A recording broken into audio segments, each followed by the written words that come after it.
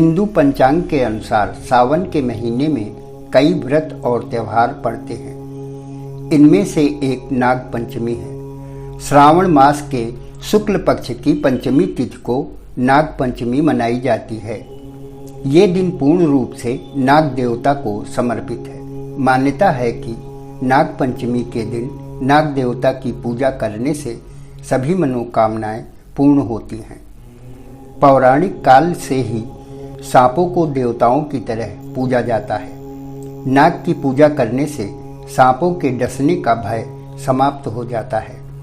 भोले बाबा के पावन महीने में उनके नागों की पूजा अवश्य करनी चाहिए।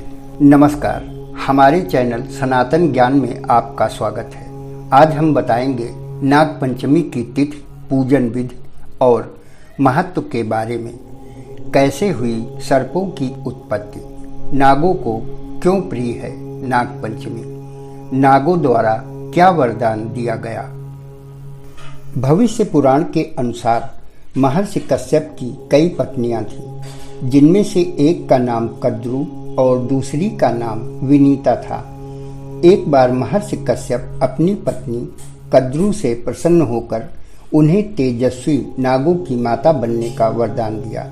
इस तरह हुई सांपों की उत्पत्ति। वहीं ऋषि कश्यप की दूसरी पत्नी विनीता पक्षीराज गरुड़ की माता बनी। कद्रु और विनीता के बीच हमेशा ही ईर्ष्या रहती थी। समुद्र मंथन के दौरान एक सफेद रंग का बहुत ही सुंदर घोड़ा प्रकट हुआ था, जिसे देखकर विनीता से कहा कि देखो कितना सुंदर घोड़ा है।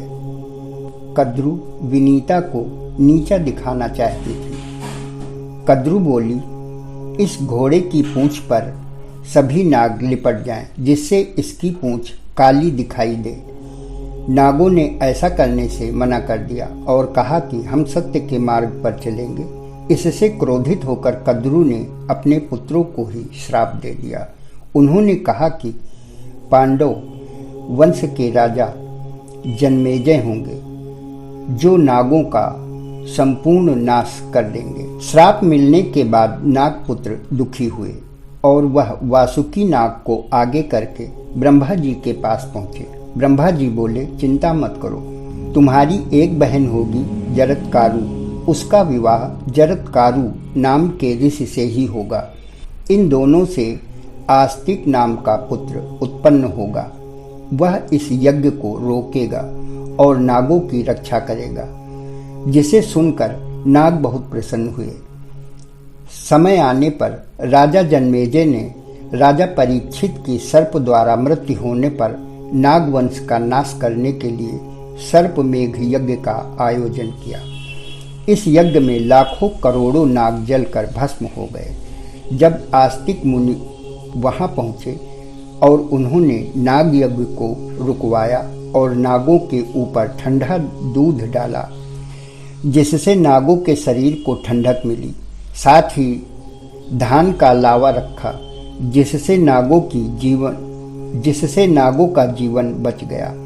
नागों का अस्तित्व धरती पर बना रहा। जिस दिन ब्रह्मा जी ने नागों के बचने का वरदान दिया, वह दिन नाग पंचमी थी। और जिस दिन आस्तिक मुनि ने यज्ञ को रुकवाकर नागों को बचाया था, उस दिन भी पंचमी की तिथि थी। नागों ने आस्तिक मुनि को यह वचन दिया कि जो व्यक्ति आपका नाम उच्चारण करेगा, उसको हम कभी भी नुकसान नहीं पहुंचाएंगे। साथ ही नाग पंचमी के दिन जो व्यक्ति लकड़ी, मिट्टी, गोबर से नाग बनाकर उन्हें फूल, दूध, धान, लावा से पूजेंगे, उनको और उनके परिवार को नाग का भय नहीं रहेगा।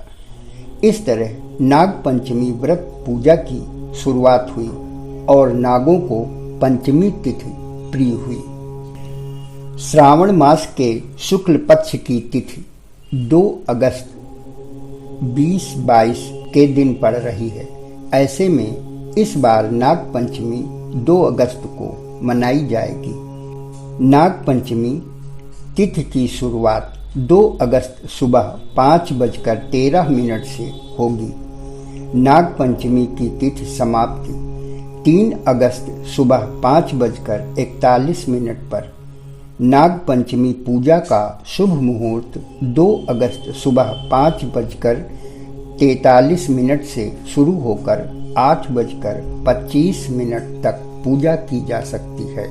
आइए जानते हैं पूजा की विधि। प्रातः उठकर घर की सफाई कर नित्य कर्म से निवृत्त हो जाएं। तत्पश्चात स्नान कर साफ साफ वस्त्र पहने। पूजा के लिए सेवई, चावल आदि ताजा भोजन बनाएं। कुछ भागों में नाग पंचमी से एक दिन से पूर्व भोजन बनाकर रख लिया जाता है और नाग पंचमी के दिन बासी खाना खाया जाता है। इसके बाद दीवार पर गेरू पोतकर पूजन का स्थान बनाया जाता है। फिर कच्चे दूध से कोयला घिसकर उससे गेरू पुती दीवार पर उनका घर बनाया जाता है और उसमें अनेकों नाग देवताओं की आकृति बनाते हैं। कुछ जगहों पर सोने, चांदी, काठ, मिट्टी की कलम तथा हल्दी चंदन की स्याही से अथवा गोबर से घर के मुख्य दरवाजे के दोनों बगल में 5 फन वाले नागदेव अंकित कर पूजा करते हैं। दीवार पर बनाए गए नाग देवता की दधि, उषा, गंध, अक्षत, पुष्प, जल, कच्चा दूध, रोली और चावल आदि से पूजा कर सेवई व मिष्ठान से उनका भोग लगाते हैं। तत्पश्चात आरती करते हैं। मान्यताओं के अनुसार नाग पंचमी के दिन नागों की पूजा करने से जीवन के संकटों का नाश होता है, मनोवांछित फल की प्राप्ति होती है। ये भी कहा जाता है कि यदि इस दिन किसी व्यक्ति को नागों के दर्शन होते हैं तो उसे बेहद शुभ माना जाता है।